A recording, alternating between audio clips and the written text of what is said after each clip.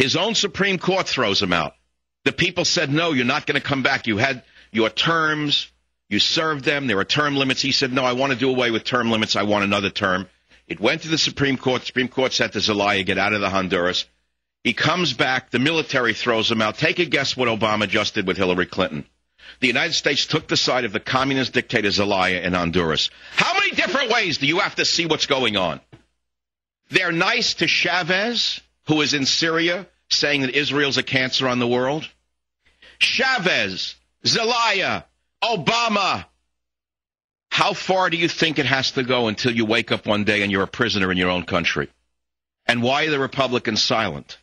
Where is the Republican Party? They're worthless. They're totally worthless. What good are they?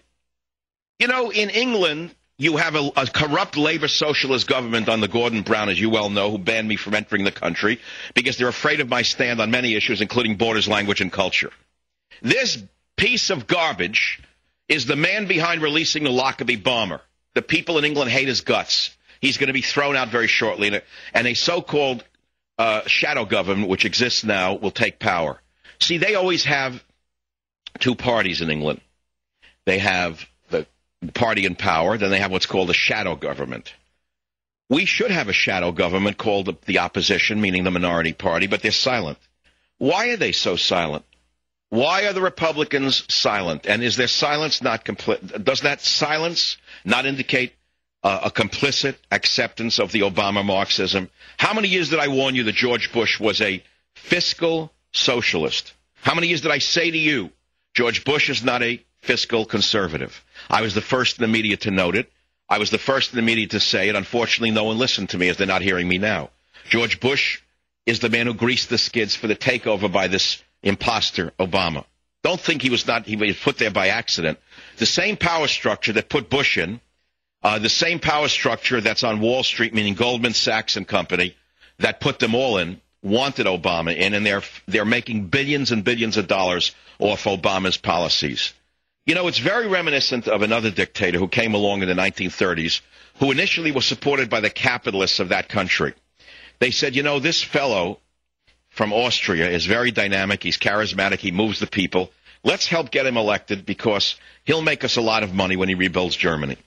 And sure enough, the new dictator in Germany at that time made sure that Krupp Steel made a lot of money.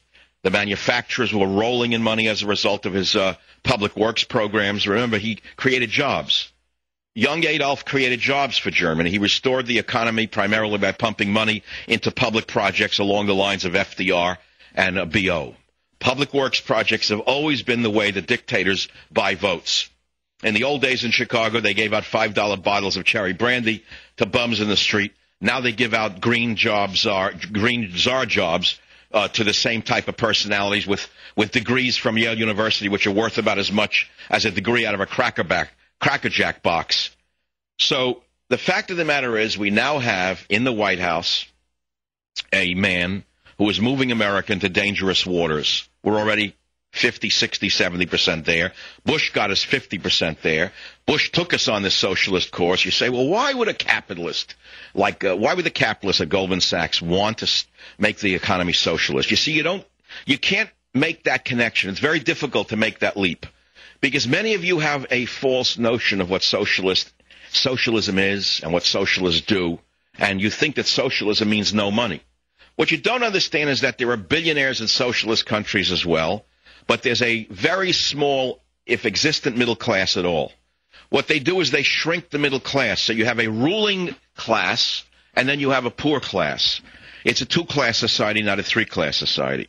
The United States of America has always had and prided itself on its large middle class. As you know, the middle class has shrunk under George Bush and is shrinking now even more rapidly under Barack Hussein Obama, because the goal is a ruling elite, the Hillary Clinton crowd, the Obama crowd, the Kennedy crowd, the Goldman Sachs crowd, the George Soros crowd, and throw in a few others. They want to run the world, and they don't want you to have any say in it. That's why they hate your guts when you go to a town hall meeting. They don't want you to go there. They want that to be made illegal. They want to close it off to the American people. They want rent-a-mobs to come and say, you are great, you are wonderful, so they can continue to divide up the treasury and give it out to their friends and further bust the country out like a bad sporting goods store in The Sopranos. Well, I said what I want to say today. Goodbye. That's what I like to say, because I woke up today, I wasn't going to come on the air. And the reason is I am talking to you as though I am inside a drum. It's as though I'm underneath water in a swimming pool. I don't know. I woke up with my left ear resonating. I was going to go to an ear, nose, and throat guy, but the thought of going to another doctor and having somebody stick something in my ear made me come on the air instead. And I say, you know what? Either it'll go away or it won't go away. If it goes away, there was no reason to visit the doctor, and there was no reason to worry. If it doesn't go away, then I can, of course, still go to the doctor. And when I go to the doctor, either it will be curable and it'll go away on its own after visiting him 3 times, or it won't go away. If it goes away, then there's nothing to worry about. If it doesn't go away, then I can go to another doctor a month later, in which case there's nothing to worry about other than when it'll go away or it won't go away. Savage. This is the Savage Nation on Talk 910 KNEW.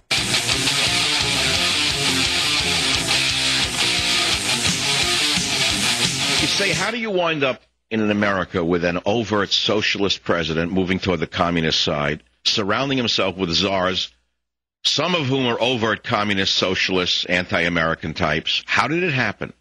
Well, you have to look at the universities. The universities, as you know, are 99% Marxist, filled with people who have never met a payroll, filled with people who don't know what it is to make a living, filled with people who want to teach 4 contact hours a week and collect $100,000 a year in free housing, and they think it comes from nothing. People who don't know the first thing about the guts it takes to create a capitalist enterprise. In other words, total and absolute idiots, basically, by and large, in the social sciences. Now, here are the 11 wackiest college courses of fall 2009 that we've linked up on michaelsavage.com from Fox News. 1, it's called Queer Mobilities. For $4,950 at Oberlin College, you will learn why, quote, only citizens get to claim queerness, whereas undocumented immigrants are always presumed to be heteronormative, close quote.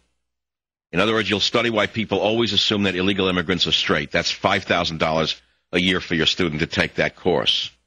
And you wonder why Obama's in the White House. You can go to Georgetown University, and you can take a course in philosophy for $4,827 entitled The Philosophy of Star Trek. See, this is what they're teaching your children why they come out. They can't get a job. They can't write. They can't read. They can't speak. They know how to get high and hook up with someone to have sex. Now go, oh, what's wrong with this racist, sexist society? I can't get a job. Well, you have no skills, moron.